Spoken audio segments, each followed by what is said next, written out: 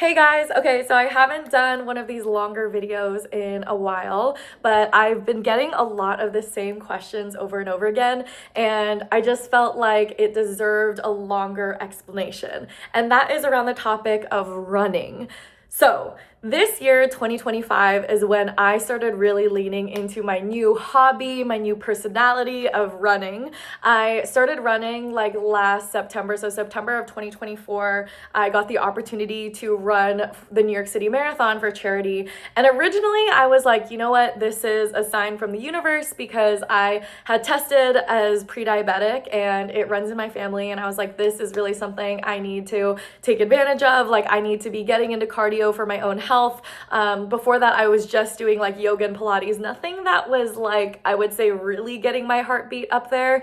And I want to take like my health journey seriously. So I was like, you know what? I'm going to try running. I had to fundraise $3,500 and I worked my ass off to do that for this charity. But I was also like, I should try to train a little bit so I don't get injured. And so I really seriously trained for like a month before the New York City Marathon, and it was painful. It sucked. I don't think I really enjoyed any part of the actual run, but the feeling after I crossed the finish line was something I became absolutely addicted to. Because when you hear about someone running the marathon, I think naturally it's like, how? Like, that's ridiculous. 26.2 miles. Like, why would anybody put themselves through that? It sounds so hard. And I think it's a universal reaction to be like, that is crazy. And when you actually do it, the amount of pride and joy I felt was just something that it was super, super special. Like, I think for me, especially in my mental health journey, and even especially working in the business space, like, it's rare to have moments where I just feel like so proud of myself. Like, I can do hard things. I had like a destination giant goal that scared me and I freaking did it and I can check box it off. Like, that is a very rare feeling and it's something that I absolutely became addicted to. At the same time, I made content about the whole experience of running the New York City Marathon, and it kind of reinvigorated the love I have for making content, like going on runs, documenting the journey of running, documenting the journey on social media, being introduced to the running community. Like, it kind of reinvigorated making like the love I have for making content. And I feel like for the kind of years before I started making running content, so literally last year, I started to feel like not boredom, I would say, but I felt like not very challenged in the content that I was making. It was a lot of sort of the same daily vlogs, documenting the experience of building a business, which is always like, exciting, but a lot of it is like just documenting working on my laptop and things like that. And suddenly I had a new avenue, a new field of topic to make content about that was really, really exciting. And so literally the day after running the marathon, even though I could not move the day after the New York City Marathon, I was so sore. I started to research like, what other races can I sign up for? I think within a month I had signed up for the Cleveland Marathon with my sister, which just happened a few weeks ago. But I just got so excited about continuing to push myself in this new hobby. And yeah, so it's been several months, like 8 months, less than a year of me running, and it has just like totally changed my life. And now I feel very honored to be able to share the journey of becoming a runner or discovering my inner runner on social media. And I love getting comments and messages from people who are saying that my journey of starting running is also inspiring them to start running, and just kind of the positive effects it's had on them, both from like a physical and mental health perspective. So one of the most common questions I get is like, how the fuck do you even know where to start? And to be honest, I had no idea. I basically have followed a ton of new people on social media, like influencers I hadn't heard of before, but now I'm like, bow down to. I just kind of learn a lot from people who've been running for a long time. But first and foremost, I would say big shout out to Runna, which is a training app that I've been using, and it's super, super helpful. You literally put in like your goal. For me, I really base my training plans off of a race that I have. So I've always loved having like a race that I'm looking forward to. So for example, right now I'm training for the Rio de Janeiro marathon that's happening in a few weeks in Brazil. But every time I know I have a next race, I put that in. It basically personalizes a plan for you.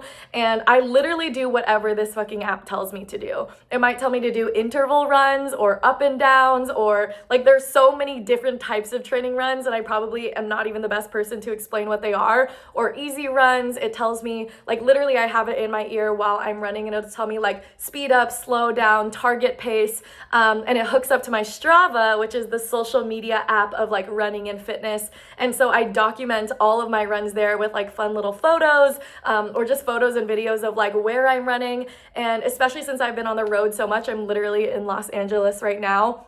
That's been a really fun way of just like literally documenting my running experience. And I don't have like thousands and thousands of followers there. Like that really has just been kind of my own personal diary, something that I document for myself. But I would say Runna is basically how I know what to do. Like it will tell me, go on an interval run for this long at this speed. And since I am a new runner, I don't know anything about like how I get my heart, my cardio, just like anything up there. I also had no idea going into my running experiences of like, how do I even know how long a half marathon or a 10K or a full marathon is going to take me? And Runna really helps me basically take my historical data around my running capabilities and predict how long a race is going to take me. So that's been super, super helpful. By the way, in my link in bio, my who.be link, my Whobe link, I have linked a 2-week free trial to the premium personalized plans of Runna, or you can use my code Nadya. They're not even paying me for this video or whatsoever. Like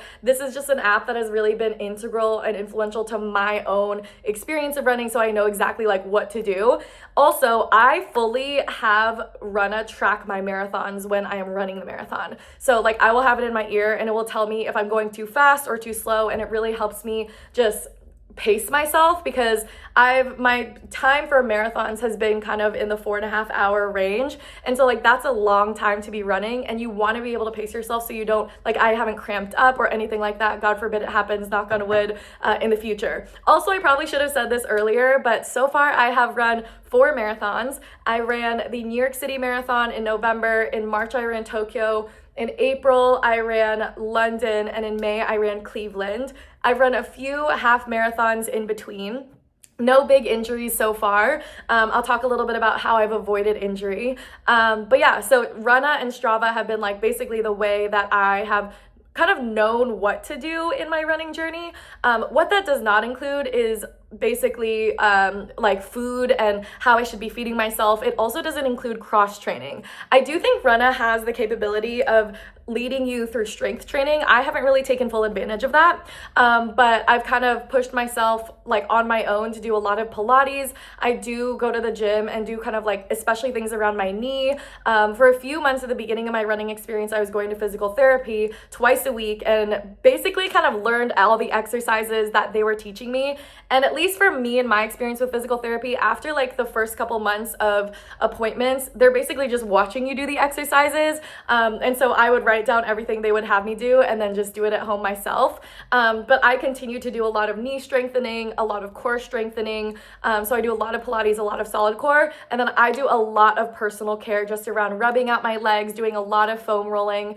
And for food, I don't track what I eat. I think especially with my own history of disordered eating, I do not want a calorie count or anything like that. I really am just focusing on nourishing my body with as much protein as possible. I did cut out gluten from my diet last year. It's made the world of a difference for my like painful bloating symptoms, but I do think that cutting out gluten has made me really think about like carbs and carb intake. I eat a lot of carbs before the marathon or big races because you need to be carbo loading. My cuisine of choice is Mediterranean because it's just a lot of protein. You get that good carb through rice and everything.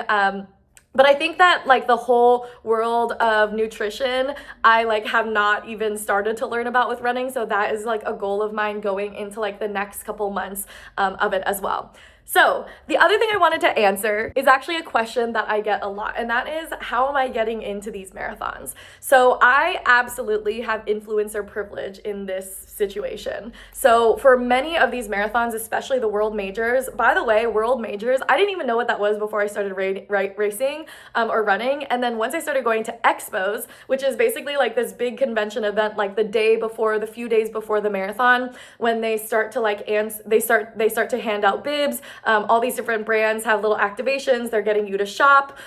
When they have the expos, I would run into people and it was like a whole other language. Like I would run into people and they'd be like, what star is this? How many majors have you done? Stars are the number of majors you've done. So people will literally ask you, how many stars do you have? If you've run New York, I think it's like New York, Sydney, Boston, Berlin, Tokyo, London. I think they're adding a couple, but like there are these world majors and people have like their lifetime goal of running like every single major. And then once you run all the major marathons, you get like a special medal at the end. So it was a whole new world of like being introduced to people who would literally in conversation be like, hey, I'm Nadya, how many stars do you have? And like, it's not a competition thing. It's kind of like a friendly, you know, encouragement thing. But I was so excited about this whole new world of just like language and learning. So it's been super, super excited to learn about. But it is a total privilege to be able to get into these majors because if you aren't an influencer, the kind of ways you get in are primarily through qualifying through time, which I probably will never be able to do in my whole lifetime because I am not like a super fast runner. Or the other way that you get in is through charity. So that's how I got into the New York City Marathon. I raised money for a charity. And I think every world major, there is some sort of option to run it for a charity. The other option is there are all these sports tours companies. And I actually got in through London with like a little kind of content trade with one of these touring companies where they purchase a bunch of bibs and then they resell them to people who kind of make trips out of it. But a lot of the times you're either looking at qualifying, lottery, which is just like, you know, hit or miss, or charity. When you are a content creator, and I love making content about running, oftentimes you can get in through a brand, right? So for Tokyo, I ran for ASICS, and I was documenting and making content of it and about the experience of running the marathon. And I was so, so thankful that that was even like a work thing for me because it was kind of a new dream come true of even being able to do that. So for London, I ran for Sports Tours, which is a company that I'm really hoping to work with again because I loved traveling to a new city in a new country and being able to sightsee through this. That's what I'm so excited for Brazil. I've never been to Brazil for the Rio de Janeiro Marathon. So I've gotten in kind of through a few different ways, but most recently through these brand partnerships. And then I'm running for the Rio de Janeiro Marathon in just a few weeks for Strava, which is that social media platform I was talking about that I love. I document all my runs on. Follow me on Strava because I will definitely be documenting my training runs and my future marathons on that as well. And then lastly, for the smaller races, so non-marathon majors, oftentimes those are just paid. You just pay like $100 to $150. Like the Cleveland Marathon was less than $120, and you just pay to run and you get a medal at the end. And so really the harder ones to get into are those like marathon majors. I have gotten to do some other really fun runs. So like literally last week I was in Boulder, Colorado. I ran the Boulder 10K, which was so unhinged, such a big party, so much fun. And I ran that with Runna, the training app that I, use every single day. And then next Saturday, I'm running my first Spartan race because after my sister and I ran the Boulder 10K, we were like so excited about wanting to do more fun races. And so we were like, let's do one of those muddy obstacle course races. And so that's exactly what we're doing next Saturday on June 7th. I'm so excited. My sister and I are going to be running and pacing together. She's a bit slower than me. And so I honestly just have a lot of fun. It's like a sister hangout time, which I'm really excited for. From a mental health perspective, running has been so rewarding. Again, I think that for me, especially in the journey of starting a company, I often can feel defeated because the goalpost of what you're trying to accomplish keeps moving and moving and moving, right? As a co-founder, a lot of my responsibility is doing fundraising. So like you're fundraising to build the company, and then building the company, you're trying to accomplish this, but accomplishing that moves the goalpost to accomplishing this. Like there's never really a feeling of completion. And I think one of the things that was really new for me, just from a mental health perspective, was after a race, there is a literal literal finish line. There's a finish line where you say, okay, I'm in recovery mode for the next week. I'm not running at all. I am just proud of myself. I'm celebrating. I got a medal. And I think that feeling of completion is something that I was missing from my life around challenges, right? I like being challenged. I'm an ambitious girly. Like, I like setting big goals for myself, but you can get burnt out when you feel like you aren't able to accomplish those goals, or when accomplishing those goals, you don't celebrate because you're like moving on to the next thing. And I think one of the things that running has allowed me to do is it takes a lot of work. I'm going for these big goals. Like, running a marathon a month is no freaking joke. I know that that might be dumb of me, but I'm just not getting injured. But I think that for me, this feeling of completion and just being able to do hard things and challenging things that scare me is honestly so rewarding, and it makes me feel really proud of myself. And I think that sort of being proud of myself, especially as someone who has been diagnosed with borderline personality disorder, is such a special and new feeling for me, and it's something that I am just super, super thankful for. And I think that that's one of the things that really keeps me going. Also, running just makes me a lot happier of a person. I sleep better, I feel really strong, and like when I look in the mirror, I can see my body changing. And I mean, it has really changed in ways that I didn't expect. Like, my boobs have shrunk significantly. I used to be a double D before I started racing, and now I'm like a small B, sometimes like a C, like if my period has inflated my boobs. But like, my body has changed tremendously in a way that I didn't expect. And I'm not saying it's good or bad. I just think it's exciting because I look in the mirror and I feel super strong and I see these new muscles, and I think being able to track that has been like so exciting. I don't weigh myself. I'm not doing it for any weight loss perspective. I actually haven't weighed myself like in freaking years. I only let my doctor do that because I don't want to get really attached to the numbers or anything. But I think for me, seeing my body change and look stronger makes me feel stronger in other areas of my life, because when you were walking and you feel your muscles moving, or I feel a little bit sore and I feel like I'm making progress, that's a really good feeling to have. I also think that it has allowed me to just have a more ritualistic practice of caring for my body. One of the best things I've done to prevent any pain, especially in my knee, like with runner's knee, is I spend like 15-20 minutes every single night massaging my legs. Usually I use like a little gua sha that has been super, super helpful, or I'll foam roll my legs. But having that like literal self-care moment where I'm just watching TV, I'm like massaging my legs, I think that it's just like skincare, right? Like skincare routine. I love having like a 10-step process. I don't even know what the fuck I'm doing to my face, but like doing something that is like a ritual before bed that's just kind of like closing out my night. I also have that with my legs and my body. And I think that there is a meaningful thing around like, I'm taking time so that my body's not in pain, so that I'm constantly healing. I'm really focused on that recovery. And I think that that's been a really essential part of my mental health kind of progress over the last couple months, is having those like self-care moments so inherent to my daily like routine and practice. Anyways, I can ramble on and on about how much running has impacted my life. I definitely feel like I'm infatuated with it. I'm newly in love with the sport.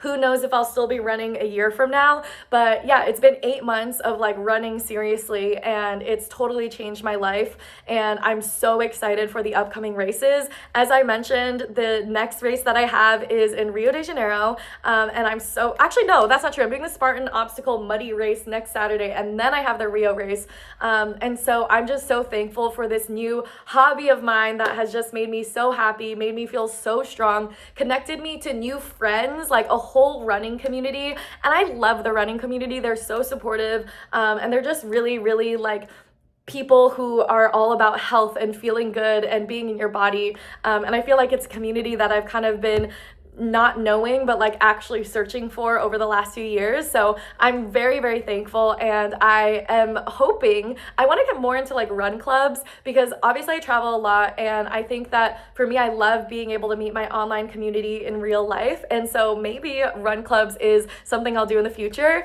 But yeah, I hope this was helpful. Obviously I'll link like the different tools and things that I use in the little description, and let me know if you have any other questions and if I can help in any other way. But yeah, I hope you put on some running sneakers and go on a little run.